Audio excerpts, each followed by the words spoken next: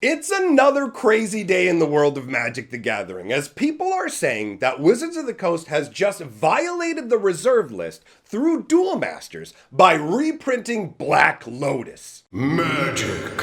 I am a wizard! History. I'm an old wizard! The magic historian. My bones hurt. Greetings! Owners of fine luxury cardboard rectangles, my friends, I hope the day finds you well because we have gathered for another installment of Mega Magic News. The main item on the list is going to be the reserved list situation, but we do have a little bit of extra news to tack on to the end for you as well. But let's dive in with the meat of the meal and talk about the reserve list situation to make sure you're all up to speed in case you don't really know what the reserve list is. In very simple terms, a long time ago, Wizards of the Coast made a promise that they would not reprint a certain subset of Magic cards. So there's a few hundred cards on a list, and they've said, we are never going to reprint these. Now, I'm going to put an image up on the screen for you right now, and you can see it. It is a Black Lotus. This is what has triggered a bunch of people to run around and say that Wizards of the Coast has violated the reserved list. So, what exactly is it that you're even looking at here, right? In some ways, it looks like a Magic card, but in other ways, it's very, very different. I mean, you look at the 0 in the upper corner, it's like, okay, is that the casting cost? Why is it on the other side? I mean, you look at the artwork, very clearly, we're dealing with a Black Lotus here, right? It is a very striking piece of artwork, and I do actually want to draw your attention to the fact that there is a skeleton in the background of this artwork. It took me about 4 or 5 times of looking at this to even notice it was back there because the lotus itself is so striking, and I'm also just used to a Black Lotus being just the flower, right? And then I noticed, wait a minute, there's a guy who's like perished trying to acquire it or whatever. Maybe it like grew up out of his grave remains. Either way, it's a cool concept. So you've got the 0 casting cost, you've got the lotus in the artwork, you even have the mono artifact on there, right? And with the artwork specifically, just so you know, this is the artwork they used for MTGO, Magic the Gathering Online's version of Black Lotus. So this is legitimate Magic art that appears on an actual Magic card, right? Now, the way that it actually matches up with the card here, an actual Black Lotus, diverges from this point forwards, right? Because this is actually a card for the game called Duel Masters. And if you were to flip this card over, you would see the back is very different than a Magic the Gathering back. And if you read the text of the card as well, in some ways it is a nod to the original Black Lotus because it does allow you to reduce the cost of things that you're playing in Duel Masters. But the way this one works is essentially you're taking cards off the top of your deck, putting it on top of the Lotus, and then each turn taking a card off of the Lotus, putting it on the bottom of your deck, and then you get to reduce the cost of a spell in Duel Masters, right? So this is in no way, shape, or form a genuine Magic card. But there are people out there who are putting forth, and I've seen this in a number of locations. I don't know where this originated, but I have seen multiple YouTubers discussing this, and in all honesty,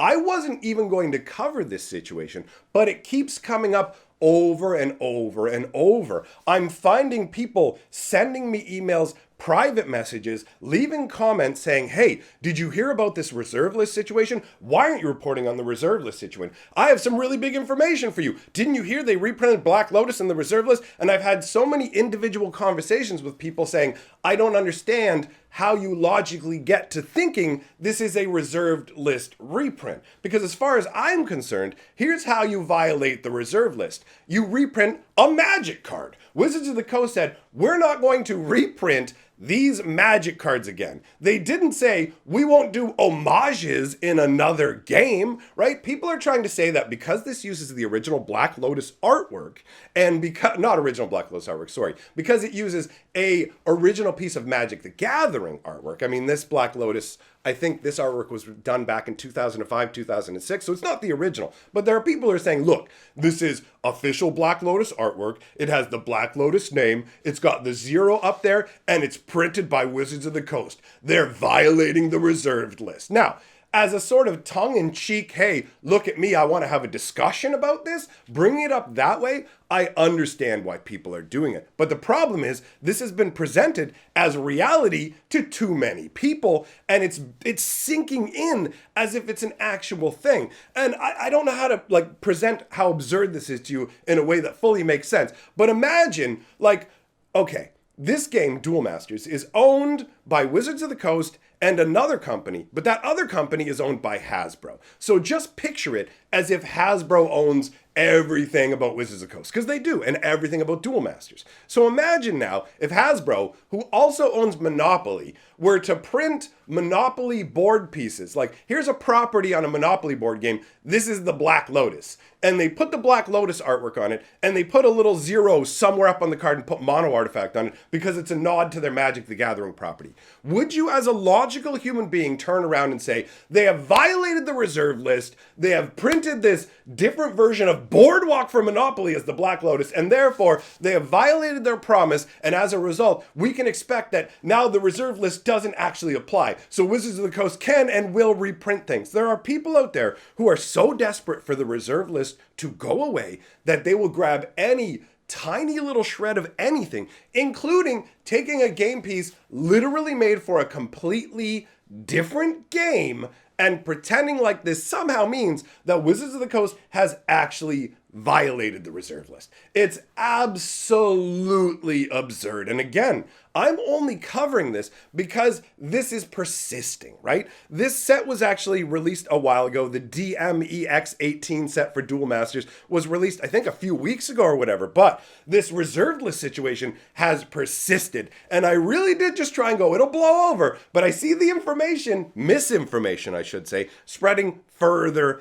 and further. So at least now, if anybody contacts me about it, I can direct them to this video so they can find out that no, there has been zero violation of the reserved list. These are just a friendly nod towards another game essentially made by the same company. Think of it as a crossover concept, but in no way, shape, or form is it reasonable to consider these to be reserved list reprints, because it's not just the Black Lotus, right? You also have Sliver Queen and things like Library of Alexandria that were also given this kind of treatment. And since we're speaking of Library of Alexandria, the way lands work in this game, take a look at the bottom of the Black Lotus. See how there's a 1 upside down on there? You can use all your cards as lands in Duel Master, and apparently Duel Masters was available in North America as Kaijudo for a while. And it's interesting to note that over where they sell it in Japan, it's called Duel Masters, but over here, which is an English name, but over here they gave it like a Japanese Kaijudo name. It's kind of weird that they flipped it up like that. Anyhow,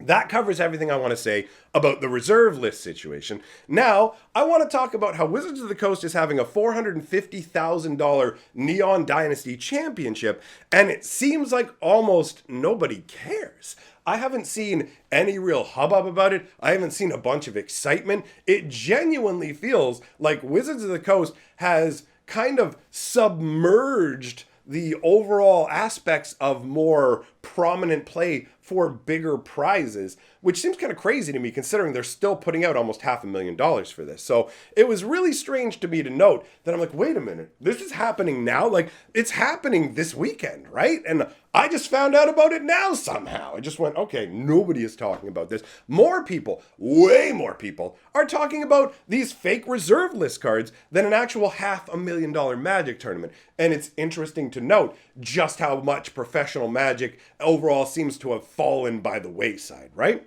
And one more note I want to talk about is the Kamigawa Neon Arcade event on Arena. Arena has been an absolute mess for me. I actually completely uninstalled the program, what was it, 2 days ago, because I just couldn't get it to work. It kept kicking up errors, causing problems, causing other programs on my computer to shut down. And I was like, Arena, no, I just want to try the Omniscience event, please. But I ultimately had to uninstall it.